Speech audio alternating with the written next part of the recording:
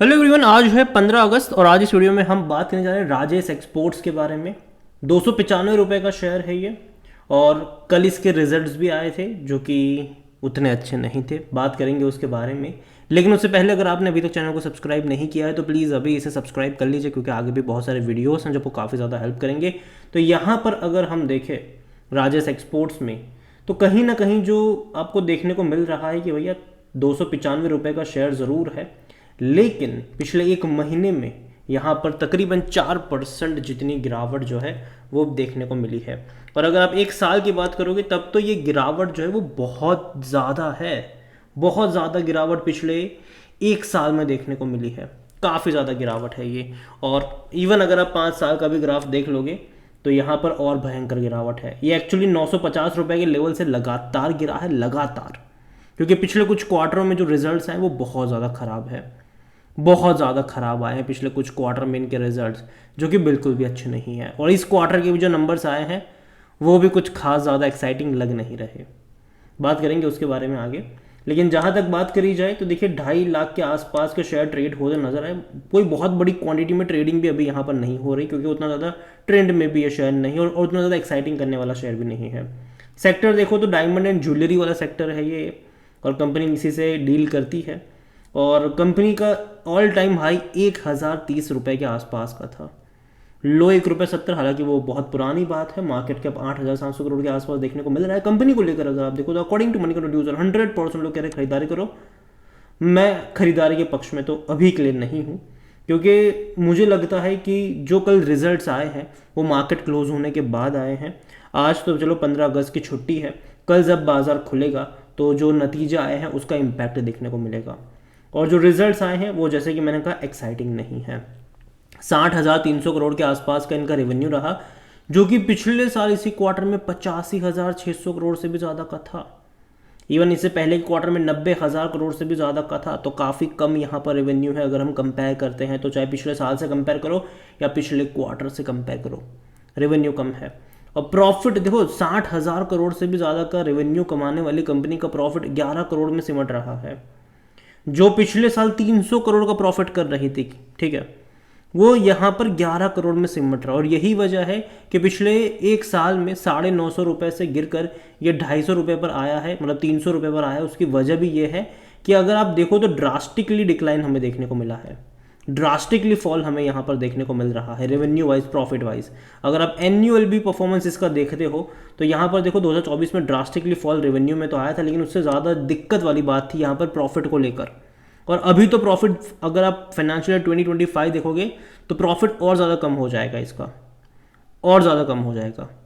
क्योंकि last quarter में देखो, ये जो 335 करोड़ का जो आपको प्रॉफिट दिख रहा है 2024 में, उसकी वजह सिर्फ एक ही थी कि एक क्वार्टर जून में ही सिर्फ 309 करोड़ का प्रॉफिट आ गया था। वरना उसके बाद के जो 3 क्वार्टर अगर आप देख रहे हो, यहाँ पर 45 करोड़, 12 करोड़ और नेगेटिव में 31 करोड़। इस बार की तो भैया शुरुआत ही 11 करोड़ से हुई है, जो कि काफ़ी कम है यहाँ पर। तो ये जो आप जब एन्युअली देखोगे 2025 का, तो ये और नीचे ज़मीन में धंसता हुआ नज़र आ जाएगा आपको, जो कि मेरे हिसाब से अच्छा साइन नहीं है। और जहाँ तक इसके वैल्यूएशन की बात करी जाए तो 26 का पी है इसका। और देखो जिस तरीके से इनके रेवेन्यू घट रहे हैं, प्रॉफिट घट रहे हैं, इसका पी रेशियो बढ़ता चला जाएगा। क्योंकि पी रेशियो भी मतलब प्राइस टू अर्निंग रेशियो ही होता है। अगर भैया जिस प्राइस पे ट्रेड कर रहा है और कितनी अर्निंग हो रही है वही देखा जाता है यहाँ पर, और अर्निंग के नाम पर उतना कुछ है नहीं यहाँ पर। तो ये जो पी रेशियो है, देखने में अभी 26 का सस्ता लग रहा होगा, ठीक है, आपको सेक्टर पी 42 के मुकाबले। लेकिन अगर अच्छे नंबर्स नहीं आए आने वाले 2-3 क्वार्टर में और ऐसे रहे, तो यहाँ पर होगा ये कि प्राइस शायद वहीं पर रह जाएगा या फिर थोड़ा सा डिक्लाइन आएगा। लेकिन अर्निंग अगर आप देखोगे, पी रेशियो देखोगे तो वो बढ़ता चला जाएगा। 100% एनालिस्ट खरीदारी की बात कर, हालांकि एक ही एनालिस्ट है ये। और जहाँ तक फिनेंशियल्स हम देखें तो जैसे कि हमने देखा कि उतने अच्छे नंबर्स नहीं थे, इतने क्वार्टरों में नहीं है उतने अच्छे नंबर्स, लगातार डिक्लाइन आ रहा है। वरना ये वो कंपनी थी जिनके रेवेन्यू तकरीबन 85,000 करोड़, 90,000 करोड़, 1 लाख करोड़ के थे, और प्रॉफिट 300-400 करोड़ का प्रॉफिट करने वाली कंपनी थी ये क्वार्टरली। आज अगर आप प्रॉफिट देख रहे हो तो 45 करोड़, 12 करोड़, नेगेटिव 31 करोड़ और अभी 11 करोड़, तो बहुत कम है, ये बहुत कम है। और जहाँ तक शेयर होल्डिंग के बारे में देखिए तो जो प्रमोटर की होल्डिंग है वो 54.55% की होल्डिंग है प्रमोटर के पास, 0.16% म्यूचुअल फंड के पास है।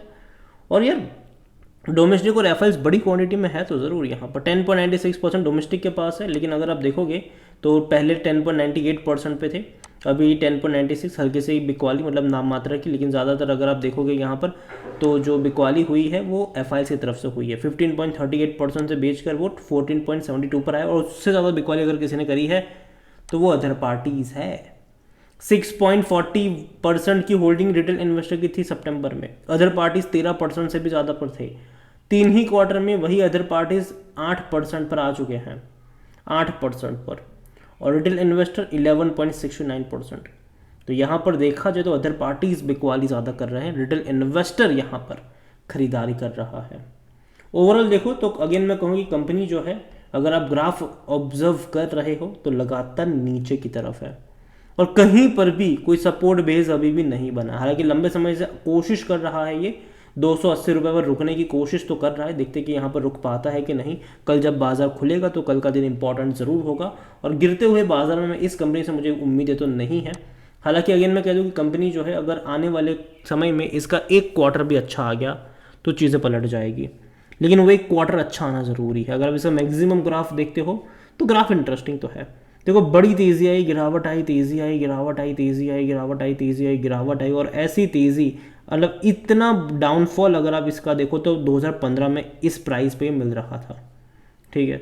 तो जब गिरावट आई एक झटके में यहाँ पर आई है, और अभी भी कहीं पर सपोर्ट या कह लो बेस कह लो नज़र नहीं आ रहा है।